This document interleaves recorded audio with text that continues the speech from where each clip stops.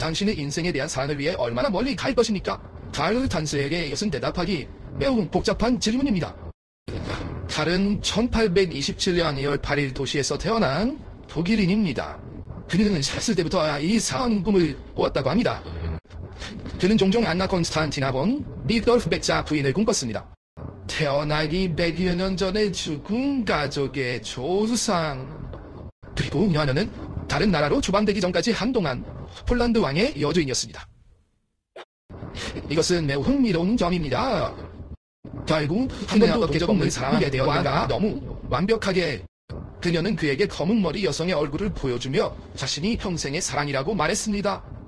이런 유형의 꿈은 대부분의 사람들이 쉽게 무시할 수 있는 꿈이다. 내가 저러다가 떡입니다. 하지만 칼에게는 그렇지 않았습니다. 그리고 그 환상 이후로 그는 그 여자의 얼굴을 결코 잊지 않았습니다.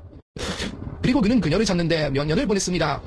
그의 진짜 이름은 가르토르였지만 그는 그의 조상을 기리기 위해 이름을 토스리볼 사슬로 변경했습니다. 칼은 제 첫 번째 세계대전이 일어났을 때 일종의 초보적인 D&D 건설에 참여하고 있었습니다.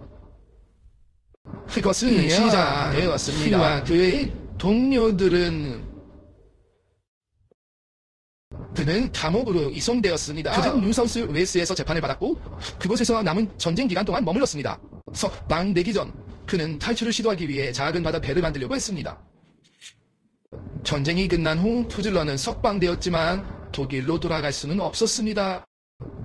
그는 네덜란드로 가서 어머니를 만나 3년 동안 함께 살았습니다. 이 기간 동안 그는 아내 도리스 도리를 만났고 그와 함께 아이샤에서 클라리스의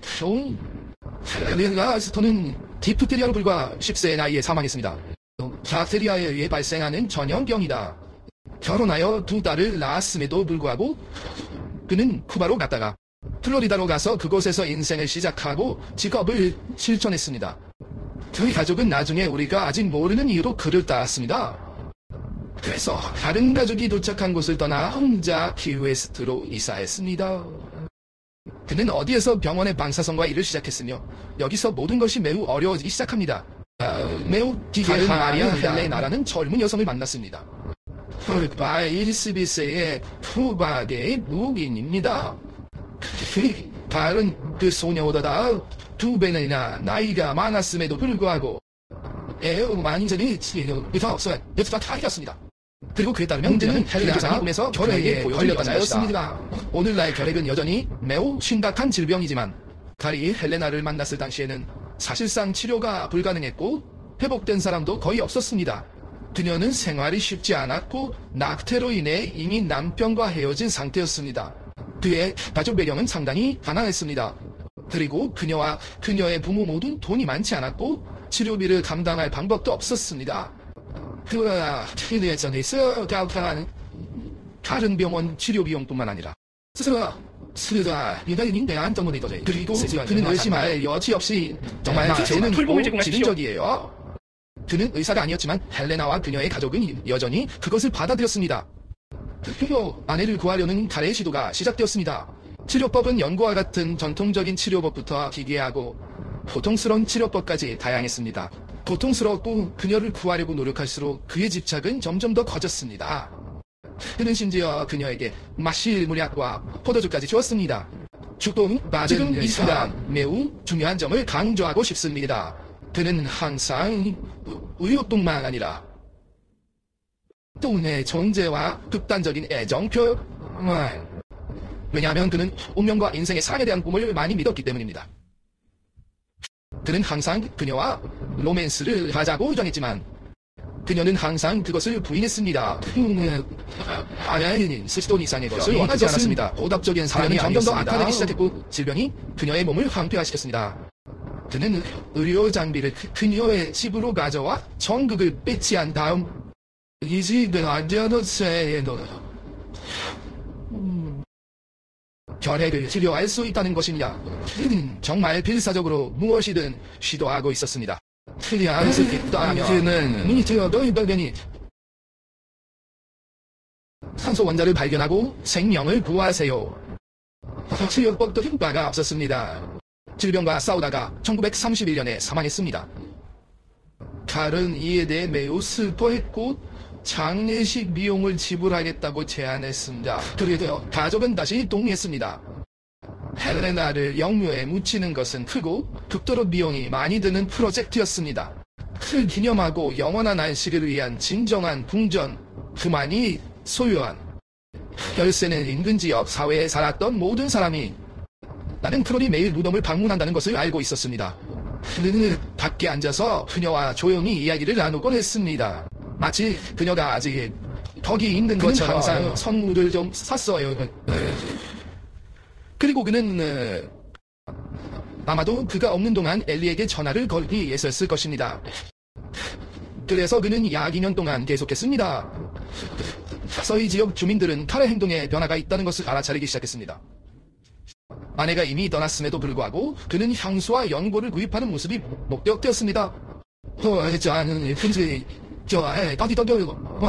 그리고 어떤 아이들은 그가 거실에서 천천히 춤추는 것을 봤다고 맹세하기도 합니다.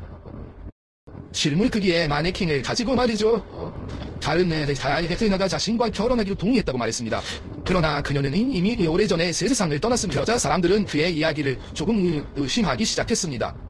그리고 이 소문은 헬레나의 여동생에게 빠르게 전해졌습니다. 그녀는 모든 것이 매우 이상하다고 생각하고 그 남자를 방문하기로 결정했습니다. 그의 여동생이 죽기 전에 사랑에 빠졌습니다. 그리고 그녀가 그의 문을 두드리자 그는 주저하지 않고 침착하게 그를 들여보냈습니다. 그는 그녀를 침실로 데려가 헬레나가 침대에 누워있는 모습을 보여주었습니다. 그는 단전히 옷을 입고 보석으로 덮여 있었습니다. 그녀가 처음 그것을 봤을 때 그녀는 그가 헬레나의 실물 크기 마네킹을 만들었다고 믿었습니다. 그러나 진실은 훨씬 더 충격적이었습니다. 경찰이 출동하여 이 인형을 조사한 결과 실제로는 헬레나의 미라 시체, 칼이 헬레나에게 환상 중에 그에게 와서 그의 몸을 구해달라는 요청을 받았습니다. 그래서 그는 그녀의 요청을 받아들였습니다. 집에 돌아와서 그는 그것을 즉석 실험실에 두고 만들기 시작했습니다. 그녀와 함께 이 비행기, 결국 이 비행기를 사용하여 우주에서 방사선이 방출될 정도로 대기권에서 매우 높이 날 수 있다는 것, 그녀의 신체 조직에 침투하여 그녀를 다시 살리고 7년 동안 그는 그녀의 몸과 함께 살았습니다. 당신의 집에서 분해 효과를 중화하기 위해 많은 노력을 기울였습니다. 몸에 자연스럽습니다. 그는 그녀의 특징을 보존하십시오. 그들의 눈은 제거되었고 생명으로 대체되었습니다. 그것은 몸을 지탱했고 몸의 형태를 유지하기 위해 실과 옷걸이, 천으로 채워져 있었습니다. 그리고 그 나쁜 냄새를 피하기 위해 그는 그녀에게 향수를 부어주었습니다. 신남에 따라 머리카락이 빠지기 시작하여 가발로 교체되었습니다. 여기에는 그녀의 어머니가 가에게 제공한 실제 머리카락이 포함되어 있습니다. 그녀와 세상에 뼈는 철사로 덮여 있어. 매일 밤 저는 그녀와 함께 노래를 들으며 잠을 잤습니다. 좋아하는 것, 춤추고 노래하는 것. 아마도 몇몇 사람들이 궁금해할 내용이 있을 것입니다. 그가 그녀와 어떤 종류의 성적 관계를 가졌다며 부검이나 보고서에 이를 입증할 만한 내용이 없기 때문에 청소년은 아니요라고 말합니다. 그들은 결국 매우 특이한 것을 발견했습니다. 그녀의 집에 튜브가 삽입되었습니다. 아마도 시체를 보존하기 위해 이런 짓을 한 것일 수도 있습니다.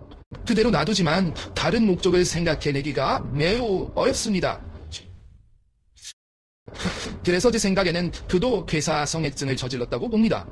경찰이 헬레나의 시신을 조사한 후 당국은 이 사건은 당시 센세리션을 일으켰고 거의 7,000명이 그 여자의 시체를 보러 갔습니다. 그리고 가장 충격적인 점은 이 사건에 공감하기 시작했다. 그가 시체를 돌보는 방식은 사람들로 하여금 낭만적인 인물로 보게 만들었습니다. 특히 여성들 사이에서는 완전히 기괴합니다. 그 후 그녀는 새 무덤에 묻혔습니다. 추가 위반을 방지하기 위해 신분증 없이 칼은 마침내 체포되어 무덤 파괴와 시체 제거를 위해 재판을 받았습니다. 그들이 그와 함께했던 모든 시험에서 그에게 정신적 문제가 있다는 증거하여 그래서 그는 정신적으로 제정신이 아닌 상태에서 이 모든 일을 해냈고 이는 상황을 더욱 이상하게 만듭니다. 더구나는 이미 범죄가 소멸됐다고 판단해 무죄를 선고했다. 그러한 재판의 기한은 당시 사건 발생 후 최대 2년이었습니다. 기대가 난다는 너무 정신이 없어서 경찰에 시신을 돌려달라고까지 하더군요. 분명히 사건이다. 칼은 다시 살아났어요. 사건이 발생하기 전에 아내와 가족을 떠났던 곳과 가깝습니다. 그는 심지어 자신의 사건에 대한 전기를 썼고 미국 시민권을 획득했습니다. 칼은 1952년 75세의 나이로 세상을 떠났습니다. 그가 죽은 채 발견된 경우에는 인형을 발견했습니다. 아마도 헬레나를 기억하기 위해 만든 것 같습니다. 그러나 일부 사람들은 더 나아가 그가 그녀의 시신을 회복했다고 믿습니다. 그러나 이는 단지 가정일 뿐이며 누구도 확실히 알지 못합니다. 이번 영상을 시청해주셔서 정말 감사드리며 마음에 드셨다면 채널 구독 많은 도움이 됩니다. 내 작업에서 이와 같은 사례와 기타 다양한 콘텐츠를 더 많이 받으려면 배를 활성화하세요. 아니면 당신이 관심을 가질 만한 또 다른 동영상을 여기에 남겨두겠습니다. 구독자 700명 정말 감사합니다. 이제 시작에 돌아갑니다. 잘 뵙겠습니다.